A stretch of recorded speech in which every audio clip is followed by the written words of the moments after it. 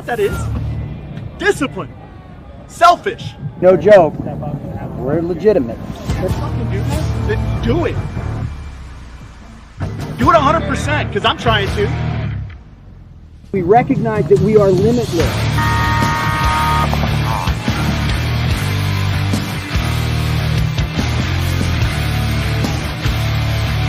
You gotta be a champion to become a champion, right?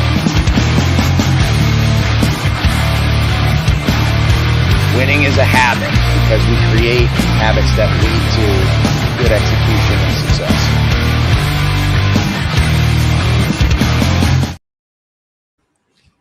Heyo! Hey, good evening, guys. Tonight, we have one of our favorite guests. I'm Ryan Gray, coach of Red Legion. Mike had a family emergency and will not be joining us, unfortunately, tonight. We are coming off one of the biggest moments we've ever seen in paintball, taking over Raymond James Stadium. Lights on, crowd in, pro paintball on the NFL stage, and it delivered. But here's the real question. Was that just a moment, or was that a start of something bigger? So tonight, we've got the guy right in the center of it all, the president of Major League Paintball, Tom Cole. We're going to break down the event, what it actually meant, not just for the players on the field, but for the future of the sport. And then we'll shift right away kind of into what's next for the Mid-Atlantic Open. Lots of stuff happening at the Mid-Atlantic Open. Because if Tampa showed us anything, it's that things are changing. Tonight's episode is brought to you by Max Sportswear. When you need to look good on the field, get Maxed. And BKI, it's like having a pro clinic in your pocket. Summer camp registration is now open. Get the most immersive paintball experience on planet Earth. All skill levels and ages are welcome. So if you guys are interested in the summer camp, go check out BKI Summer Camp. The link, I'll post a link to the registration right here in the show.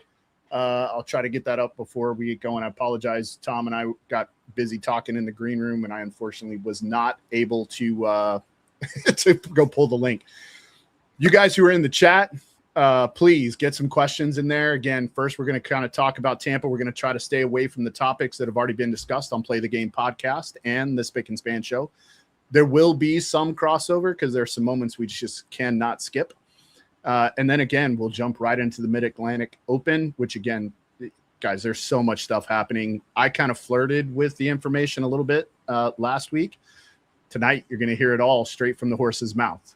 So without further ado, welcome, Tom Cole. Hey, Ryan, how are you? Good, man. Hey, before we kind of jump in, I just want to say thank you and great job to you, your team, and everybody who was a big part of what happened at Raymond James Stadium. I know for me personally, I had several moments while I was in the stadium where I was like, wow, this is special. I had a really big one right before the match. And I remember going to World Cup in 1997 and thinking like that was the greatest thing I'd ever seen. And then, going to Skyball and going to some of these other events, and never have I had the kind of aha moment. I had a little one when we did the Disney thing. This one was different. It was different. So thank you. Oh, no, thank you. Glad to do it. I mean, that's what we're here for, is to bring experiences, right? And yeah. Yeah, I was super happy about it. I had the same thing, the ESPN thing at Disney. I didn't get that aha moment. And I was sad because I used, I think I still get it when I pull into Badlands sometimes. You know what I mean? So, I get that little feeling in your stomach, right? But I didn't get it at the Disney thing. And maybe because I was very stressed about how everything was going to happen. And it was our first time being live and all that kind of stuff. But right. I really got it at the Tampa Bay Stadium. It was epic. It felt legitimate. It legitimized a lot of the stuff that we've been doing, over the last 30 years as a sport.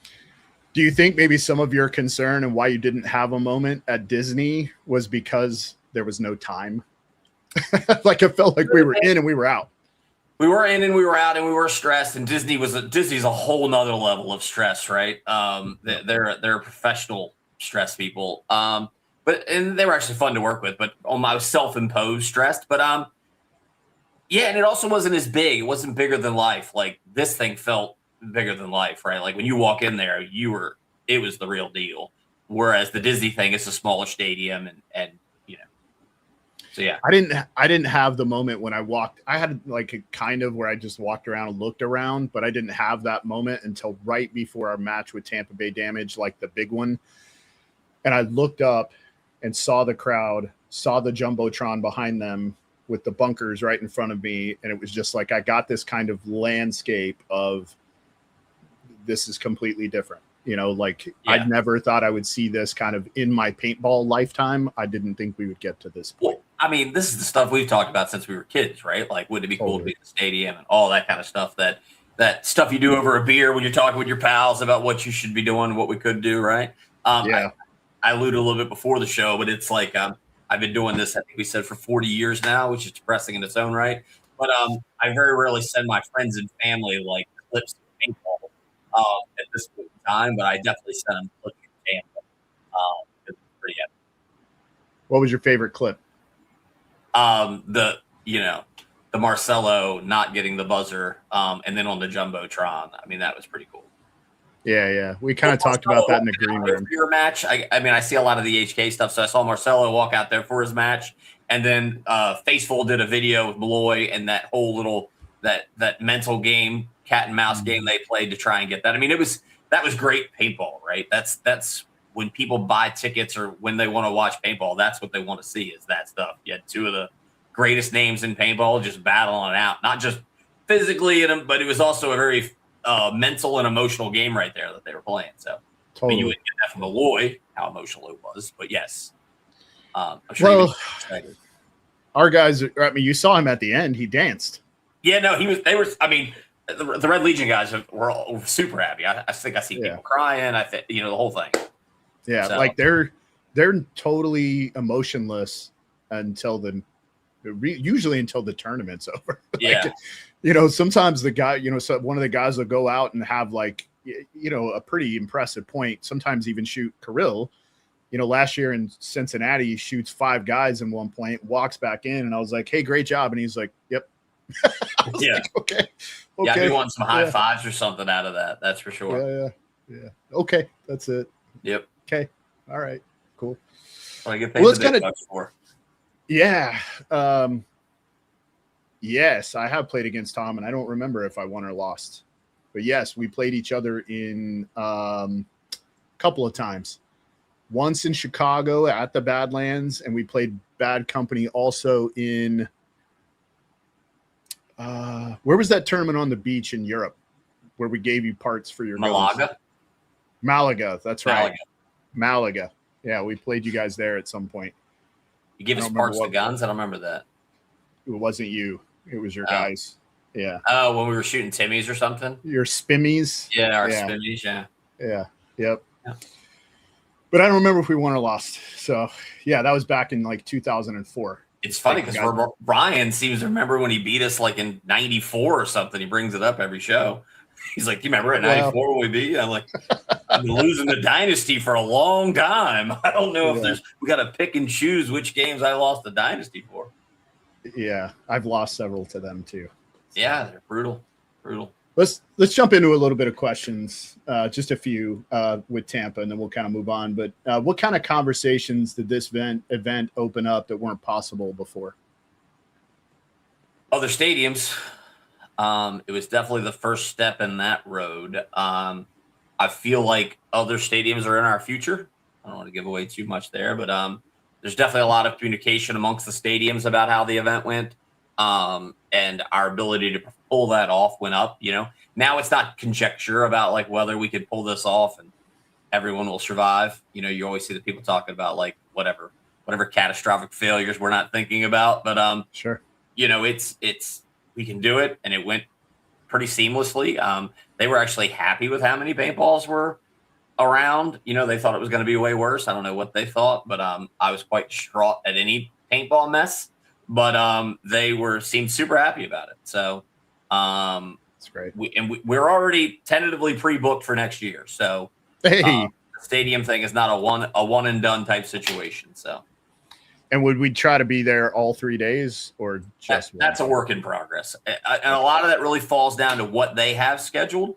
Like this year, we were waiting on some country superstar person to develop their schedule for the season.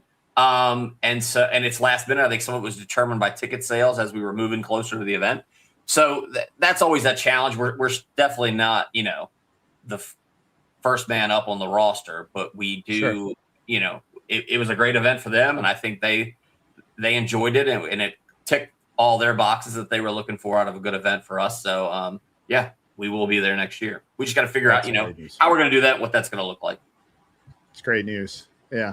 And we learned a lot. Like there was a lot we learned and a lot of stuff, and not everybody's going to see it. And I'm sure there's people in the comments that'll chime in stuff that we did wrong, but we learned a lot that weekend. So you do this every time I have you on the show. My very next question is, what did you learn from this event that you would immediately apply to the next one?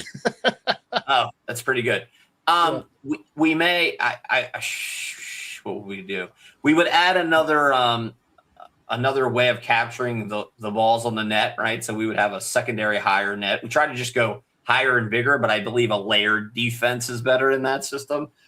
We may go to a second field into that type situation. So that way we wouldn't have such a tight response time, and we could constantly have people maybe rotate between the two fields. A bunch of different ideas there, but more on the marketing side and how many people we could fit in there and how we were going to get them in there. More logistical stuff on that end, and just that kind of stuff. We would have started a little earlier with the under the light stuff so that we could have gotten more people there. I do believe that once that first set of matches went, everybody started to leave, and I believe that was not because the games were boring or because they didn't like the games, but because they had to go play the next day.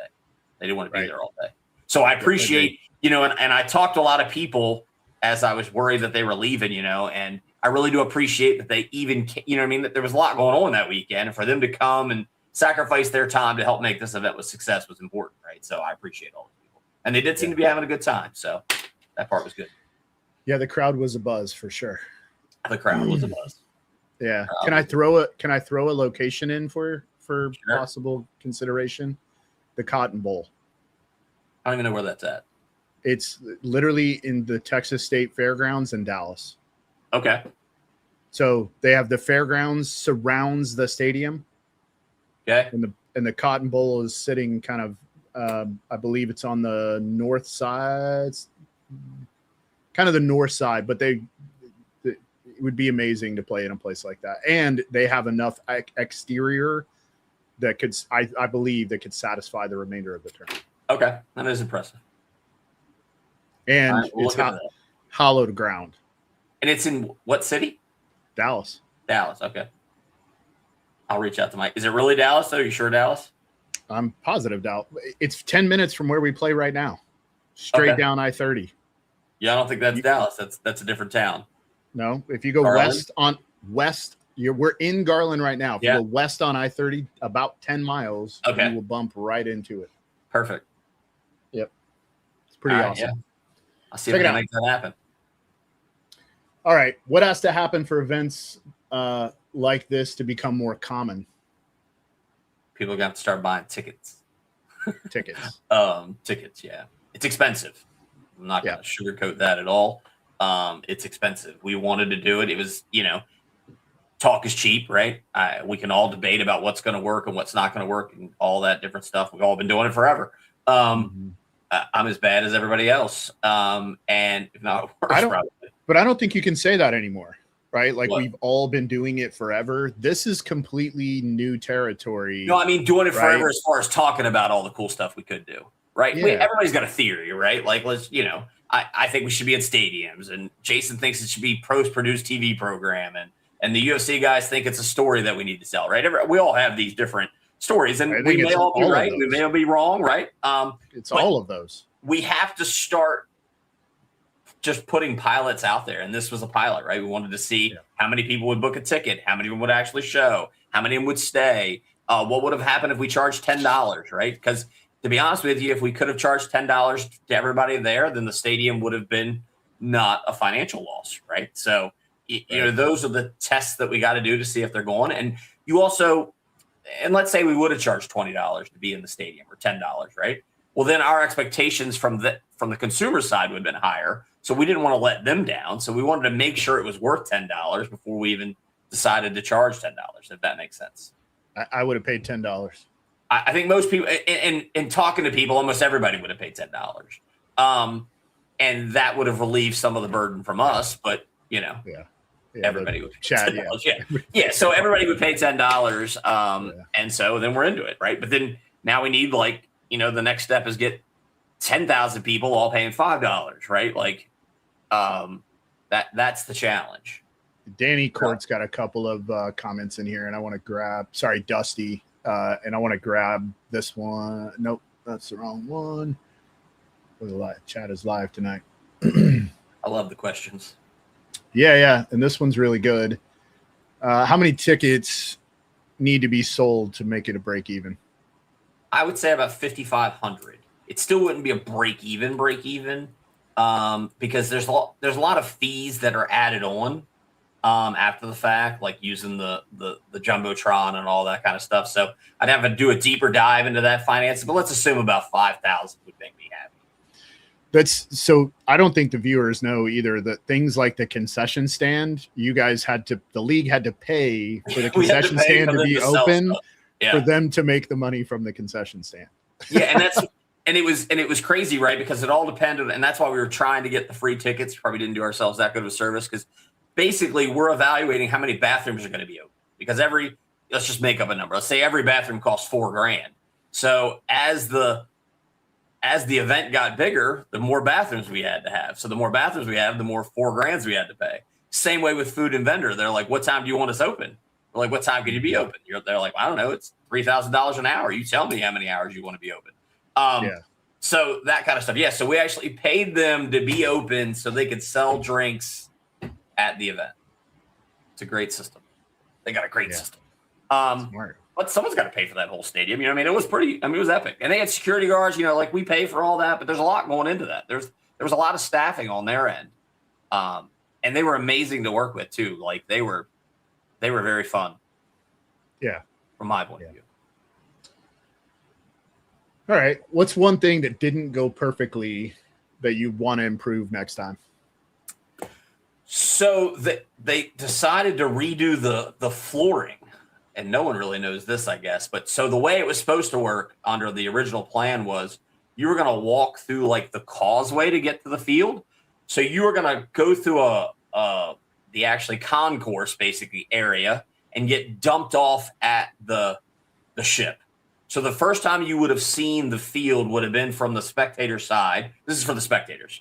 You would have been dropped off over there, and the first time you would have seen it would have been from that side. What we ended up doing is walking you along the grandstands kind of, and you could see the field from the back end first, and then it kind of dumped out into where. So from a wow factor and a spectacular thing, it was much better when we walked through the causeway, because we had signs. We had like a whole plan of like where you had these signs, and Kevin had the great sign, did you ever dream of a day that we would, be playing at epic stadiums with the fans roar, that whole kind of speech.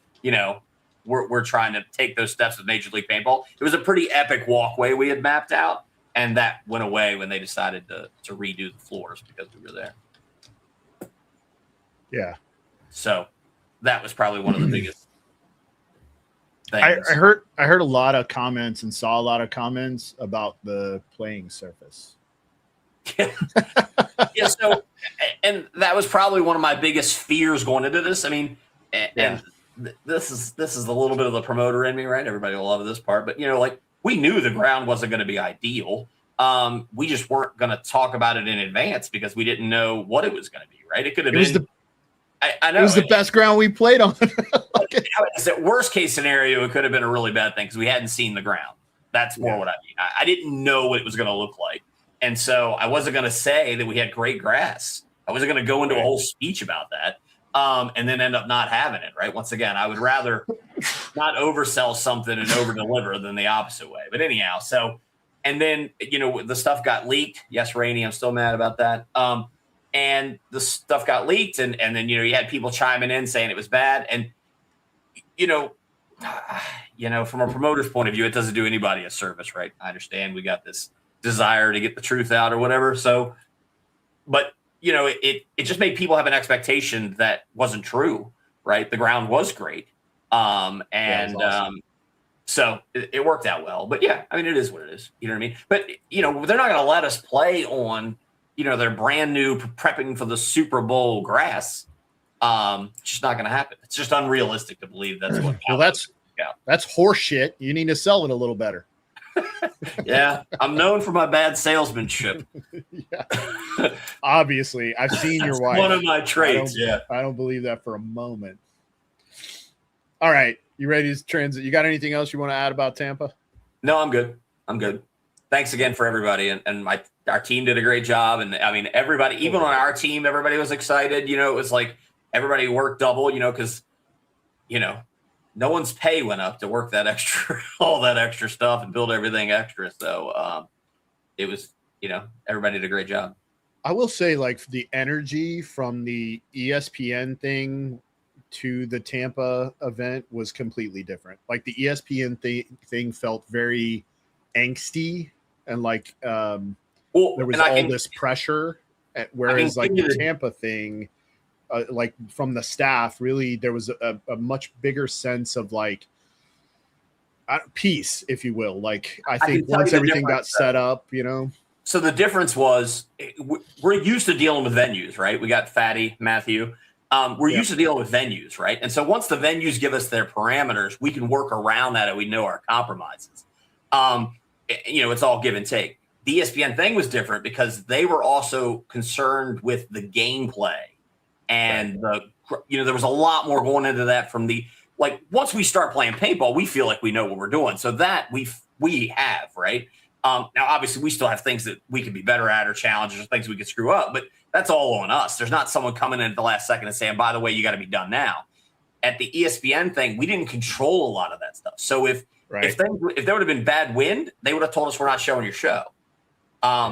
Right. If there would have been the net would have went down for 10 minutes, they might have said, we can't postpone. So we're going to go to, car wrestling, something like that. Right. So that's why there was some stress there because the actual playing part of it became out of our control.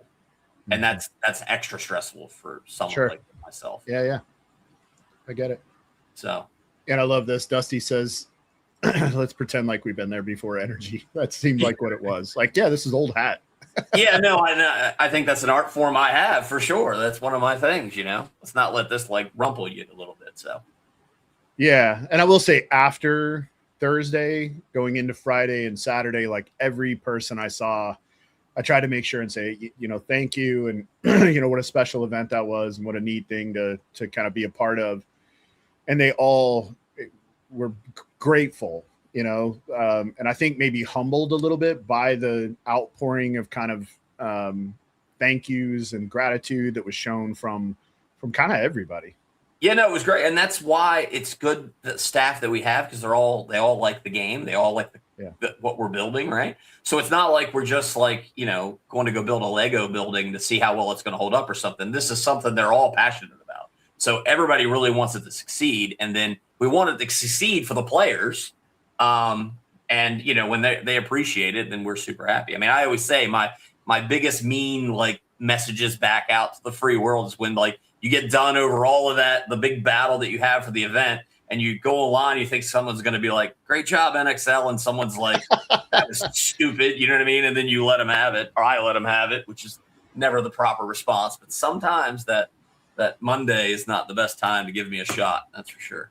Maybe stop reading the comments. I got to read the comments, right? You got to know when you're getting it right and getting it wrong. I mean, I don't listen to all of them. That's not how you know. But I got to know. That's not how you know. It'll eat up a Monday afternoon after the event. That's for sure. The ones that are the most. Y'all can know this. Everybody can know this. I screenshot you if you say anything truly forecasty.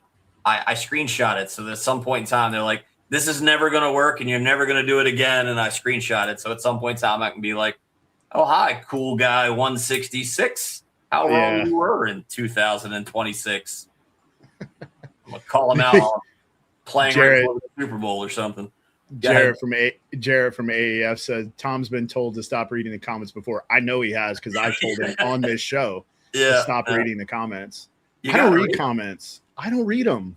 Well, I mean, I don't get affected by it. I don't let them live in my brain. You know what I mean? Yeah, but don't you feel like that what you get from, again, like the players who are at the events, is way more valuable than the stuff that you see online? Yes, unquestionably. And to be honest with you, the comments online aren't that bad. Like, and it's actually, I don't know if it's better to go into them, but like I'll look the people up. You know what I mean? I don't want to act like I'm a crazy person, but like, you know, if someone's like, this is never going to work and that's the stupidest thing in the world and yada, yada, I'll click and look at them and you invariably see they stopped playing in 2002. Right. And I think I said that the last time you were here. I still have a league page. I can go look people up. Yeah, no. And so it always amazes me that those people are still following, but there are fans too, right? Even the ones that hate. I don't know who said it, but someone said you don't know you're successful until you have a hater. We have some. Yeah, you do. You do.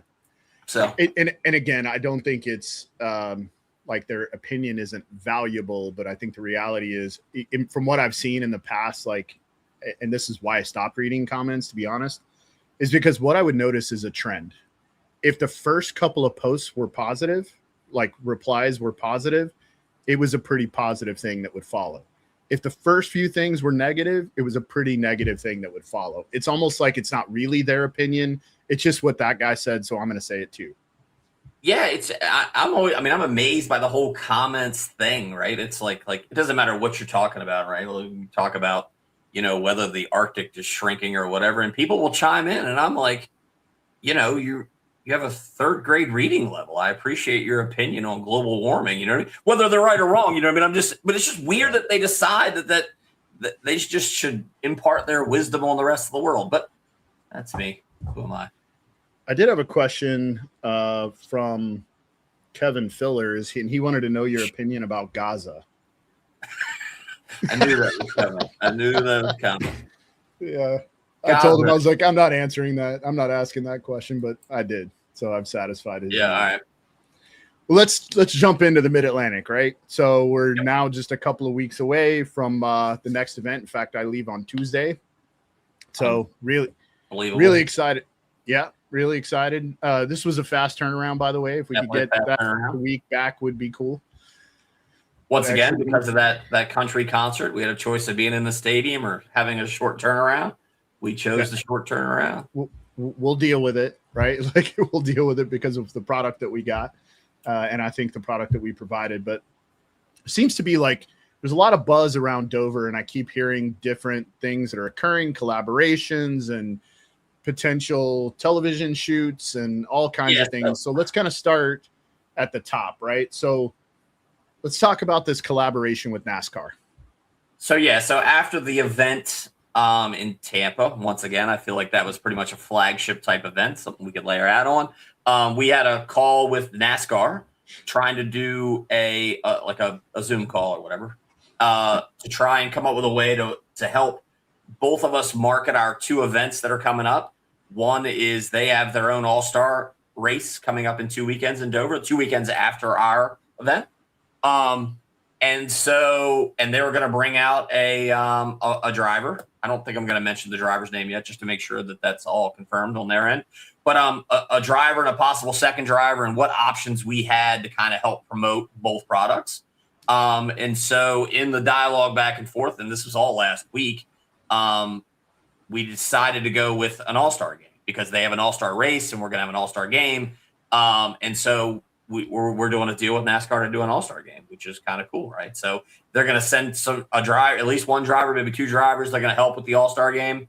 And then I'll give the whole tie-in, and then we're tying that in with ESPN. So we will be filming an ESPN three-man championship at Dover.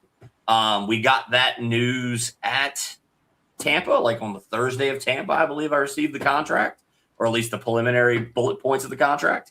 So then we had to make a decision there on how we were going to work that in, because that wasn't where we planned on filming the 3v3. So we went ahead and decided that we would play, that the winners from Tampa, both two conferences, would automatically play for the ESPN show. And then the winners of Dover will also play for the show in the afternoon. So we moved both conferences to the morning bracket. They're going to play on neutral fields over in the divisional area, so they have no advantage going into the finals. We'll run that full tournament in the morning. The winners of each of those two conferences will move over. We'll play a basically a conference championship between those two. So I believe we have Damage and X Factor. Yep, are the two teams, and then they're guaranteed to play in the conference championships, and then we'll hopefully have two other teams, and then we will tie that All-Star game inside. That we'll show some B-reel in the commercial or in the show about the All-Star game, because we're going to have the drivers, and we're going to try and allude to the drivers. They're a big enough marketing presence that we'll try and tie them into the show. When is the All-Star game? The All-Star game is also Thursday afternoon. So we're dumping a lot in here very rapidly. I'm sure all the teams are pretty thrilled. But so basically we're going to play in the morning, then we're going to play an All-Star game, and then we're going to play the finals of the championship. And if people want to opt out of the All-Star game because they're playing in the finals or for whatever reason, that's fine. It's just a PR thing for us to try and get the NASCAR guys involved. And it's something everybody's always asking for us to do more collabing with more traditional sports. And NASCAR, to me, we have the same demographic to some level. And it's an ideal situation for us. And if we can, quid quo pro quo, right? We need to do a good job for them. They'll do a good job for us. So yeah, I feel like it was a great opportunity for us. So is the All-Star game going to happen after the 3-on-3 or before? It'll happen after the 3-on-3 games, but before the ESPN show. So basically, You're going to finish up the Dover 3v3. We're going to know who the two teams moving are on. They'll get a break, and then we'll go to the All-Star game. So that way, if you're playing in that, you could sit out the All-Star game and get ready for your 3-on-3 championships. Got it. Okay. That makes sense. Which is also why we've included, I saw some stuff online about why are we including the 3v3 pro teams in there. Everybody chiming in. Question: how were players chosen? Why include the 3-on-3 team? Let's just do the 3-on-3. One of the reasons is because any one of those teams could be playing on the ESPN show, and it would be nice to go back to the All-Star game and show that as part of the story, right? So everybody wants to talk about building stories, but when the story doesn't develop the way they want it to, then they don't want to tell that story. But that's the story we're trying to tell, and I would rather capture all of those players in there and have the chance that they're going to move over and play on the ESPN show. Because, maybe that person playing in the All-Star game is going to have a great moment in the All-Star game and then have a great moment in the championship and hit the game-winning buzzer, and then we could show both things and them interacting with a famous NASCAR driver, right? That's kind of the story that we're spinning there without giving away too much in advance. That's smart. So you can go ahead and ask your question about how they were chosen by the teams. Yeah, how are the players? So an All-Star game is a great thing to try and run. It's up there with an award show. Everybody's got an opinion, and everyone's right. But we asked every team to submit 4 players to be eligible for the All-Star vote. So anybody that didn't get chosen on that list was not chosen by their team. And I'm sure that it was never they didn't think they were good enough or marketable enough, but it probably had to do with resting them up or they were injured or conflict of time, or whatever. So none of it was like an intentional slight to any one of the players. And that's why we stay out of it. We want to let them guys pick, and we let the fans pick. And we've had the amount of people that have responded. I don't have the number of the head, but I believe it was about 1,500 people have voted, which is a lot. Yeah, it's awesome. That's fantastic. I'm going to put the link up really quick for people to go vote. And it's like let's use Dynasty. I love Dynasty. Dynasty has legacy players that have been around forever, right? But part of brand building and doing this stuff for these teams is also to showcase not just the top 4 teams over and over again, right? Mouse is very famous all on his own, right? So, but now we need to call out some of these other teams that have great players and just may not be household names yet. We need to try and make them household names.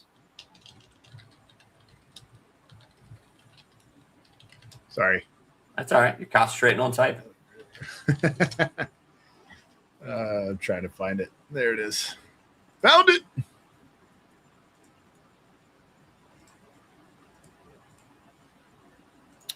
Yeah, like there were, I kind of saw I was getting a little bit cooked. I had even people sending me direct messages about why Thomas Hara wasn't on the All-Star list.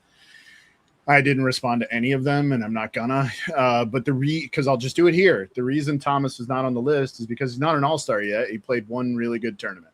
So, and we need him. He's a rookie. We need him focused on the job in front of him, not the all-star game. That's why he's not on the list. Yeah, I mean he's ended up being coaching decisions to some level, right? Like, so. But in the end, right? Every fan that thinks a player should be playing is right? That's why we do this, right? It's a test of fan engagement and see what they really think, right? I would be more concerned if no one chimed in and said we screwed that up, right? That'd be a sign that no one cared. So, right, yeah, that's awesome. 1,500 people's already is and that was a couple days ago. It's probably higher than that, right? So it was really impressive. I was surprised by the number. I don't think I voted yet. But it'll be a great fan engagement. You know what I mean? It's going to be free to the public, free to everybody, So we'll have a combination of NASCAR fans and our fans. They're doing it. And then we're going to have the ESPN finals that we'll be filming after that. So it's so the grandstands during all of this is free. Correct. Perfect. Yeah, perfect.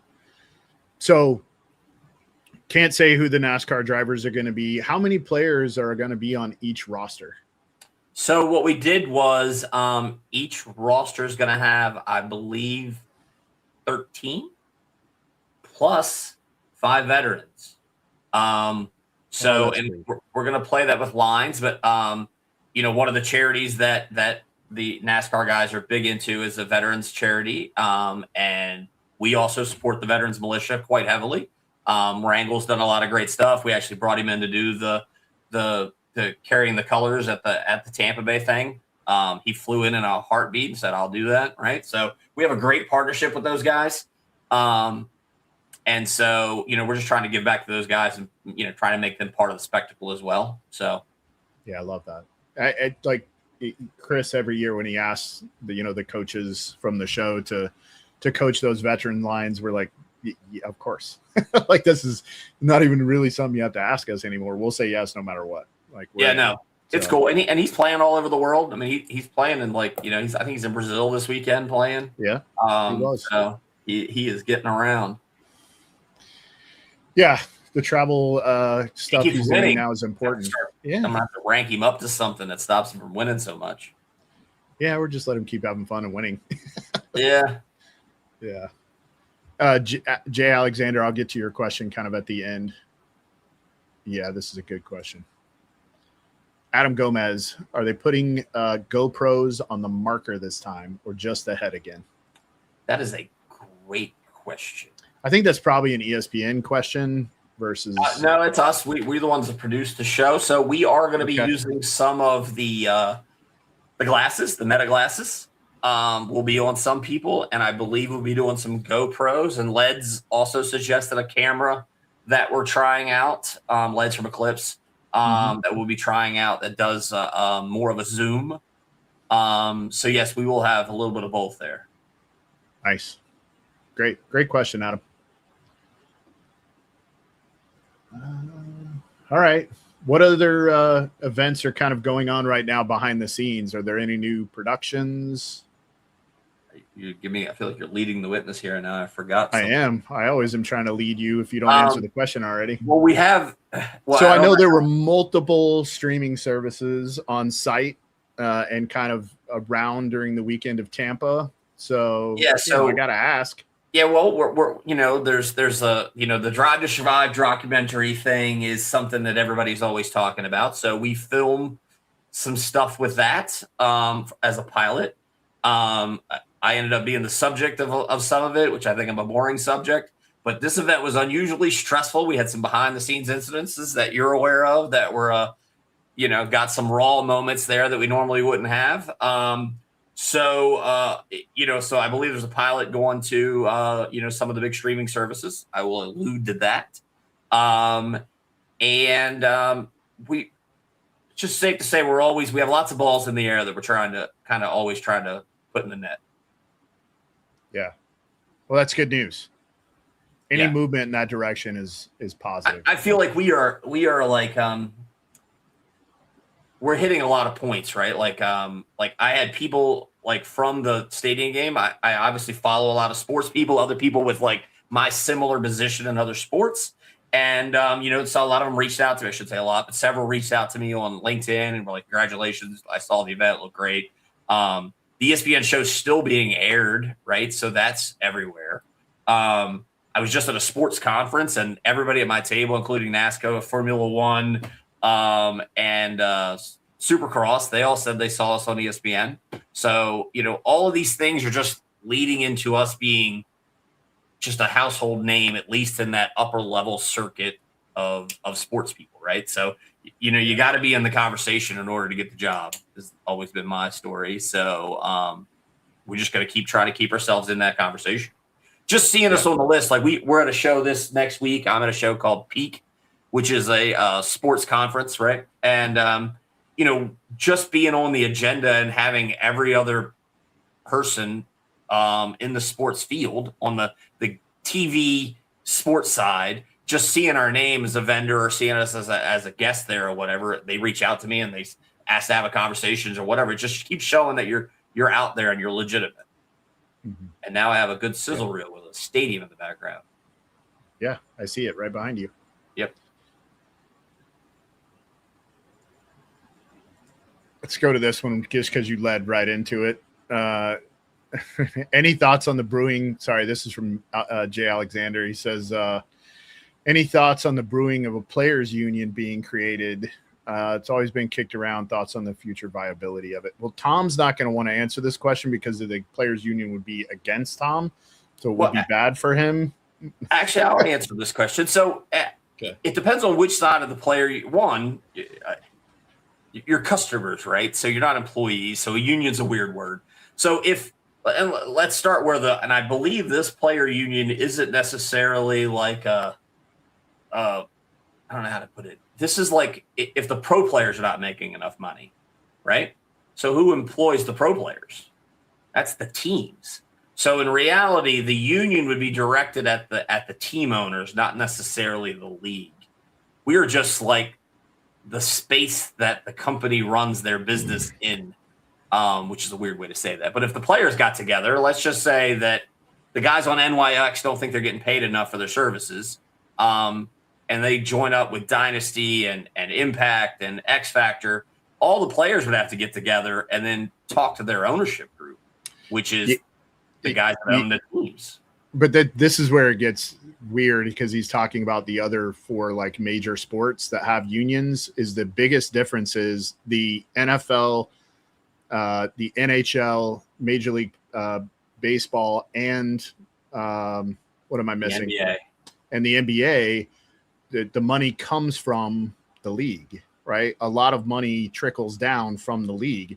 So the union itself not only negotiates with the league, but also with ownership. It's way trickier than that, right? So in the 70s, Congress gave 60s, I should say late 50s, early 60s, Congress gave an exemption to 4 sports: basketball, baseball, football, and hockey. So they didn't name brands. So theoretically, we could go start a hockey league and we would still be at least eligible for the exemption. We'd probably have to convince them that we were a legitimate hockey league, but we'd be eligible for an exemption. And other sports weren't necessarily named excluded in legal terms. They weren't specifically excluded, but not by being mentioned means you could submit and try and lobby to do it. And Major League Soccer has not been able to do that, right? So Major League Soccer is not that. So what happens is because of that exemption, the Sherman Act gets complicated into the antitrust stuff. But basically, the NFL is allowed to negotiate as an entity with all of the players representing the teams. That is against the law in a regular business, right? Because you couldn't have all of the fast food places negotiating with all the fast food employees to represent fast fooddom, right? It doesn't work that way in the real world because the employees would never get a fair shake at that point. So they've had to get an exemption, and it involves having the players' agreement can't be just a union. That means they all have to agree that they're going to be the union, and they have to have a collective bargaining agreement in place. Right. And all of that gets complicated, right? So, and I'm not saying I'm not going to help them do it, but they should do something, right? If they think that there's whatever. But the real problem is that we're not professional athletes in the true scope of things. Most of our players are not making their livelihood from playing paintball. So if how do we have a league minimum, it's called 0, right? So most players are not getting paid to play paintball. So that's what a union's going to represent.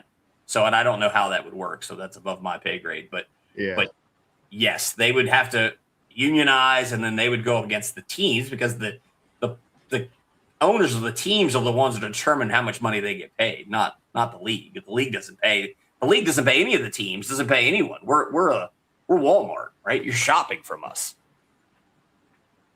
So, yeah, we're the customer. You're the customer, right? So that's a weird situation. So, It but is. more power to them. More power to them. I think when you look top down in the league, though, the top players are being paid, like the for the most part. Like there's some teams that don't do that, and that's okay. They're still playing for the love and all that kind of thing, and family and brotherhood and whatnot. But that's also a decision that if you're a top level player, you're making that decision. You could be on a team where you get paid. Correct. More than likely. But you've burned some bridges through time. So it's an interesting dilemma. And I always say, like, I dream of the day that I'm currently arguing with the players union over their, $5 million a year contracts. That's where we want to get to. I that is my desire. I'm not anti-union. I just don't know if we're at the place yet. We're a little ahead of it. But float it, make it happen. Yeah. But what's weird is when people get mad at me that we don't have a players union.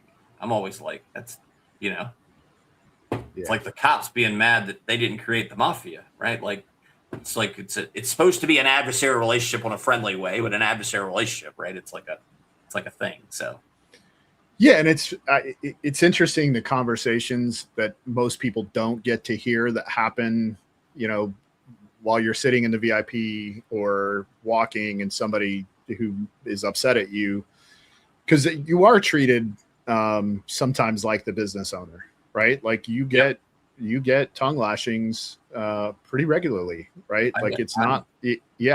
And I think that's important too, is like, as customers, we do have some power, right? Like to be able to say, like, look, we're not going to, if something so egregious occurred, like the teams have power. They can just say, Tom, we're not going to play the league anymore if this is the direction we're going to continue to go. It's just not healthy. It's not good. Right. And it's funny. Like I always see people, like when the naysayers, whatever, someone will say, we need to start voting with our dollars. And I'm always like, I hate to break it to you, but we already are. And that's why we have all the teams. You know what I mean? Like they're voting with their dollar. That's why they're playing with us. And yes, it's the relationship between a customer and the business it should be symbiotic, right? It's like you want to give a good product. You want to give value for the product, right? So that's what makes businesses try to do it. If we weren't doing that, we wouldn't have done the stadium game, right? If we weren't trying to give a better experience and do all that stuff, because that was just more work, more cost, more risk, more everything on our end to make sure everybody had a better experience. And I think we have a great relationship with the community, right? There's always going to be someone that's not happy with what you're doing, and that's just life, right? But we'll keep plugging away, and if the union gets created, we'll talk to the union and we'll see where it goes. But once again, the union is going to go, they're going to have to go argue with the team owners about the salaries that they're getting paid, right? Yeah. I think a lot of times people just want us to be like a professional sport without understanding why the professional sport is that way, if that makes sense, right? It goes back to I always say this. So I went to Asia one time and I was playing a tournament. They all had these little zip ties around their tanks, like we used to do in the NPPL. And they're like, I'm like, oh, you guys have to get your tanks checked? And they're like, no, we just put them on there because we saw you guys did it. And I'm like, we did it to show that our tanks were certified. So it's like that. Like they want the things on their end of their tank just because other pro sports have it. They want to have a union just because other pro sports have it. And can we talk about how silly that is to have a DOT thing on there to fill my tank? Do we know what the DOT stamp is for? Because it has nothing to do with filling the tank. This used to drive me bananas. So I don't want to get into that, I don't think. But if it's not certified as DOT. No. If it has a DOT stamp on it, even though it's outdated, that has nothing to do with filling the tank. has to do with Nothing. using it, doesn't it? No, it does not. It has to do with Department of Transportation stamp. It means that you can transport it from place to place in a commercial vehicle. So I believe ASTM has a different standard on that, though. But it's not an ASTM standard. It's a DOT standard. Correct. But you can say that in order to use the bottle, it has to have a current DOT stamp. But that has nothing to do with whether or not the bottle is safe or not. Nothing. Well, that's something for you to take up with the ASTM, not me. Right? Just so the ASTM says used to drive me nuts. You have to have nets that are 20 feet tall. Well, that's true or not, but that's what the ASTM standard is, and that's what you have to live to. And I would feel better if everybody's tanks were had been tested. Sorry, I'm looking that up right now. No. I can assure you I will look that one up. Hey, John, what's the issues you brought up once before? They kind of got shoved to the side. What are the issues you're talking about? It's a scary picture there, Moran. Yeah. It's a little frightening. All right. You got anything else fun you want to share? Me? No, I'm good. Yeah, you. I'm good. I think, we're a little bit of a high after the Tampa Bay Stadium, and then we got this rolling right into this next thing. So let's hope the weather keeps doing well. We're looking at West Coast venues. Always like to throw that in there. We have a couple different options there. So we are deeply exploring that. So.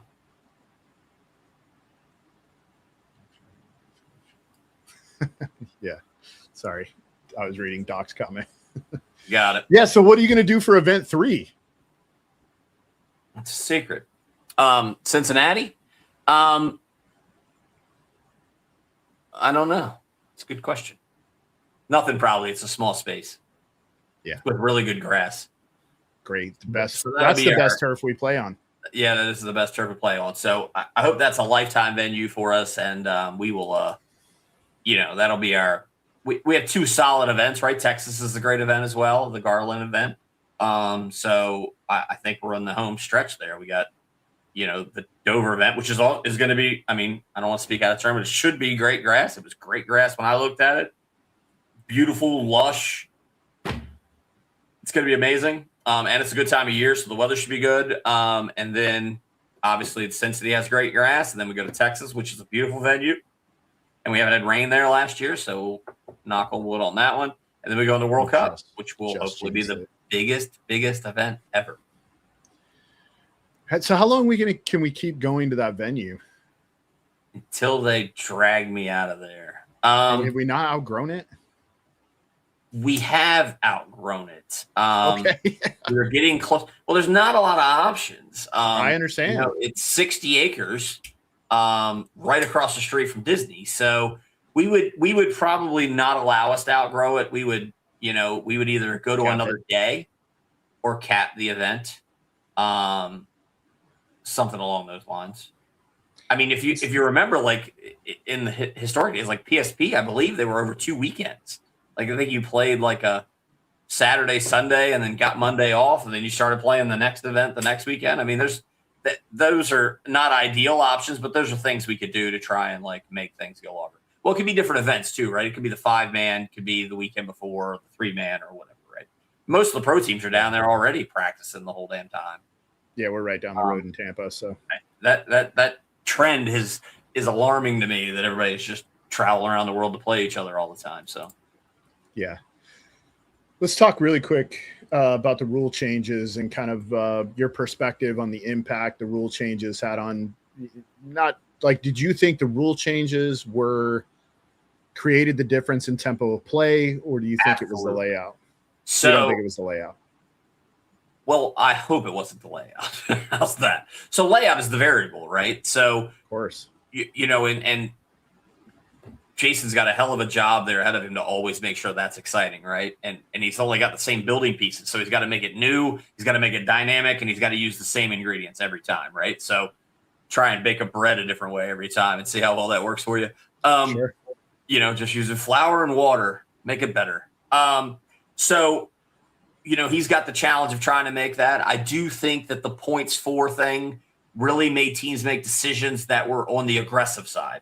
So it's like, if things are 50-50 and, it's 60% better to be defensive, people are going to choose to be defensive. Now we've made it so it's 60% better to be aggressive. Dynasty made a great play where they conceded a point and then went on and won the next point. And then that gave them the move in, right, Sunday. And once people see that trend and that we change the culture that it's always better to score more points than it is to have a low differential, I think it'll continue at that level. The limited paint also obviously could have had an effect. So in a perfect world, we would have changed just one thing at a time in a scientific experiment, but we didn't have the luxury of that. But, and we also have the Red Legion effect. Let's be honest, you guys try and score a lot of points. The further you guys make it in the tournament, the more points that get scored. But I believe this is one of our higher average points per match ever. And I have it if you want to know. I have it too, but it was high. It was higher, yes. Higher than the past 4 years. There was some early stuff in 2015 that was pretty high. 9. Yeah, it was 7.6 total. Yeah.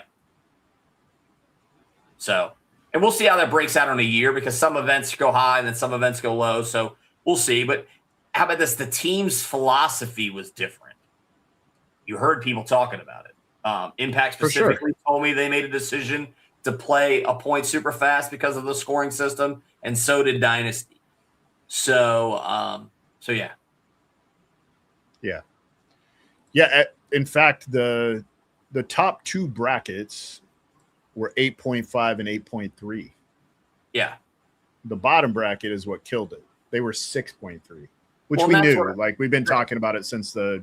Well, they're going to do the math, right? At some point in time, if you're an aggressive team under this current system, just mathematically, you're going to move on more than the defensive teams, and it's going to take some time to go through the system. And let's go through the limited paint thing. One other thing. So one of the cool things about stadium games is limited paint really helps me with that.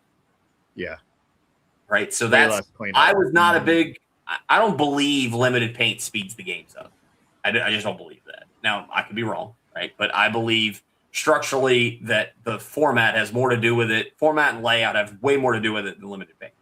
But the limited paint really ticks the box for me for going into these marquee venues and not just shooting paint for no reason and leaving a mess. And just every one of those paintballs that are in the area leads us to a chance of, one going outside the net or one leaving a mess somewhere or something like that. So, yeah. And it's a significant difference in the amount of paint that people shoot in limited paint versus wherever. Yeah, I agree. And I don't think that limited paint necessarily has any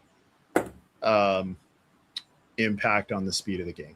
Just from watching European paintball for the last 4 years as closely as I have, I don't think it really impacts it at all. Yeah, and when we played the same layout in Europe, there were several times that we played the same layout. That point average ended up about the same as it did in America. So we were playing the same layout with – now keep in mind the Europeans have a different time management philosophy. By that I mean they have no philosophy. So, yeah, they don't really like to concede when they're 4-on-1. Nothing. Yeah, they don't. Yeah, they don't. Yeah. That's one of the things that I think they need to learn the most. I think they spend a lot of time on like drills and the mechanics of paintball, but not the cerebral part of it. That is what makes the Americans great. Yeah. I mean, our coaches. I mean, now if you talk to a paintball person, I mean, there was a time when there was like 5 of us that like had a plan back in the day, you know what I mean? That actually seemed to understand how the game was going to unfold. And now you talk to everybody has got crazy high paintball IQ. That's playing in the pro division and the semi. For sure. I mean, it is insane. Like, so yeah. What is the view for future limited paint going down divisions? We'll let them make that decision. I've had a lot of people lobby for the semi-pro to go, and I do agree with that. And we probably should have put that to a vote. I believe we just got tied up in doing all the stuff that we were doing, and we didn't really push that down. But I believe the semi-pro should be playing. I believe the WNXL semi-pro and the NXL men's should all be playing the same format, roughly. Maybe with some minor variations for timing or whatever. But the other divisions, really, it could be, self-determination on that to some level. But we've tried limited paint in the lower divisions before, and it just didn't resonate with the consumer. The fact that the consumer gets to decide with their dollar. We offered a D5 and a D5 limited paint, and D5 limited paint did nowhere near what D5 did as far as team size goes. I saw that. I thought that was smart. Just run a test, see what happens. So what I noticed is that's one of the things that we do is we test a lot of these formats as an elective, right? So instead of affecting the core format and taking a chance that we're going to break something irreparable, we try stuff in an elective format. So like the 3v3, no one has to play the 3v3. And so you get to play it and we get to try it out, and we're not affecting the legacy brand or the legacy format that our fans and players love. So it's the safer route. Yeah. Always the safer route.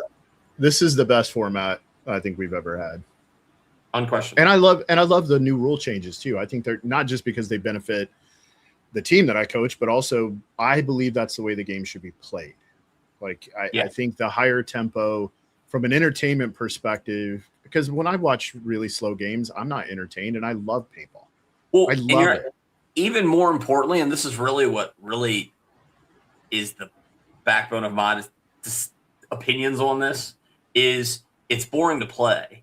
And you really notice that at an ICPL, and I don't want to drag the ICPL into this, but like when I play at an ICC, right, when I was playing Tim's events, right, when you got to the finals and everybody counted and you're just sitting out there just trying not to die and you're just shooting a lane hoping that someone else dies, it makes the game unfun, right? Like the game is a lot more fun when you're just not doing everything to win. As a matter of fact, I played against Billy and Todd. I played against Aftershock at a tournament, and we voted beforehand to – I think they let me win because we'd already won or something, but whatever. We did a vote. That's my shot at the Aftershock guys. My one win against Aftershock. But we ended up voting to just play the game because it was so unfun, the format that we were playing, because and it wasn't had nothing to do with the rules. It just did the fact that if you shoot a body, you just bitch up and you just sit there. And then you wait for those guys to make a move, and then no one moves. So you sit there for 15 minutes, crawled up in a ball in a wooden bunker, shooting through a hole. And that's not how the game was intended. Yeah, so certainly by today's standard, it's not. It's way more. It's never been that way, right? No one's ever liked defending teams. Since 1986, there's never been a time that someone's like, boy, I can't wait to go play the All-Americans because they're going to hide way back in the back, and they're going to hide the whole time. We might not ever see them. To be clear, the All-Americans didn't do that. They were pretty aggressive. Oh my God, they hid in the back. I mean, there was times that they went through phases and they could play aggressive, right? I'm going to pick on their legacy here a little bit, but there was times that they could, blow your face in. But they definitely were no Aftershock, no Bad Company, no Image. You know what I mean? There was, people were coming. I like how you threw yourself in that. Yeah. Well, I mean, we might have sucked, but we were coming. I don't think anybody ever said those Bad Company guys are just going to sit and hide somewhere. Yeah. Yeah, that was one of my best quotes about the British. We went and played a British tournament, and you didn't see anybody. And I was like, during the Revolutionary War, we couldn't make them hide, and now we can't get them to stop hiding because that's all they would do is just sit and shoot, cross it up in the middle of the woods, and wait for you to make a move. Yeah, Jared says, "Hey, they just won the ICPL." That's right. Congratulations. The All-Americans did win, and that's legacy All-Americans. I'm not talking about the current All-Americans. I wouldn't want to play those guys now. And the team is done now. Like they put out a press release that said like they're done. Yeah, that's just bad social media management there from Frank. They're not done. That done thing was posted before they played. Well, then why did he say that? Because I don't know. Ask Frank. I don't know. He had one too many donuts or something. I don't know what he was doing. He just made a post. He thought everybody was done, and then I guess when he made the post, everybody came and said, "Let's keep it going." I don't know. Okay. Well, that's cool. It's good to see. Yeah. No, we don't want to lose those legacy teams, right? No, it's too important. When Aftershock went away the first time, it was like gut wrenching, and then I thought we were going to lose Houston Heat. And I know they're not like a legacy team, but they've been around a long time at this point. Well, yeah. So, I don't know how long you got to be around to be a legacy team, but they've been around for a while. I don't know well, when you like for me, it's Ironman, Aftershock, like the All-Americans would be one, right? The Ironmen are another. Did I say them already? You might have. There's not very many left, right? So like when I go back like to the original form of the PSP, and then kind of when the merger came back together, right? When the NPBL teams started coming back and everything got together again, and you really got to see who the best teams were before it was all split up and segmented. What year To do you me, think that was? Well, 2003, I believe, is when the PSP did the buy-in thing. Yeah, that was when the split happened. It was 2003 was the first year that the MPB, because the MPL and the PSP were one and the same, and then they split in a divorce. Oh, maybe it was hang on, maybe it was 2002 because we played. No, the very 2002 was the exhibition game. I was there. I So commentated 2002 was with the Paul exhibition game. Bullenbach. That was the Jeremy Solm year too, I believe, right? Is that the Jeremy Solm year? Maybe It I was. thought that was that 2002 or 2001. I'm feeling like it was 2000. I think it was World Cup 2001. You think so? Yeah, because I was playing pro with Texas Storm. All right, we'll have to text Jeremy, ask him what year that was. Yeah. Anyway, it- but like when I think about legacy teams, I think about those teams like when the form came, when the leagues came back together, which I think was 2006, maybe 5. All those teams, right? Like, there's just not NYX. I guess technically is one, but this is a. Same with Houston Heat. Houston Heat was playing on the Mounds Field '95. That's true, but Houston Heat, J-Rab. for 1 year, J-Rab's dad. Yeah. Which is probably that's how depressing that life is, right? I coached them in the TCC that year. Yeah. Or sorry, reffed them in the TCC that year. The 1 year they were around. Captains. Texas Council of Captains. That's right. By the way, Tom and I were talking in the green room about how long we've been around this stupid thing. This is my 33rd year in paintball, and this is his 40th. Yeah. Very depressing. Somehow It's my not focus depressing. is gone. It's all right. We're about done anyway, I think. Long time. It's not like real work when you get to do this, right? So Yeah. Sorry, I seen if there were any other questions. There's not. So let's be done. all Let's right, call good it a deal. night. Well, I appreciate it. These shows Stick always around. get me excited about paintball. Stick around for a second. All right. Thank you for joining us tonight. We really appreciate it. Thank you to all of you viewers, and thank you for participating in the chat. Lots of great stuff in there. Thank you to Major League Paintball, Major League Paintball Plus, Tom Cole, Kevin Fillers, Darren Cessna, and Amanda Maltz. Thank you to BKI and Max for your continued support of the show. For Mike Bianca, who's missing, and Tom Cole, I'm Ryan Gray. As always, be responsible.